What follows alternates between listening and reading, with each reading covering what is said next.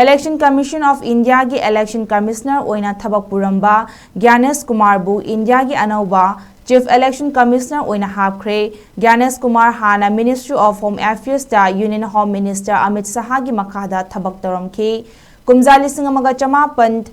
Marifum Nipan Beach ki Kerala Cadre की IAS Officer ama Oina Cooperation Parliamentary Affairs amadi Defense Minister da thabak puramki magna fam asi langliba kumja lising ani kungamapan gi January kungataruk fawba pugani magna Chief Election Commissioner Oina Thabak puba haurakpaga iroinana handak chaliba chahi asigi loiramdaida pangthokadoriba Bihar Assembly Mikhal yengsilagani mahakpu thabak asi punabagi warol ngarang Union Law Minister na Prime Minister Narendra Modi loinana Opposition Leader Rahul Gandhi yauna pangthokiba ECE gi mifamda lauthokibani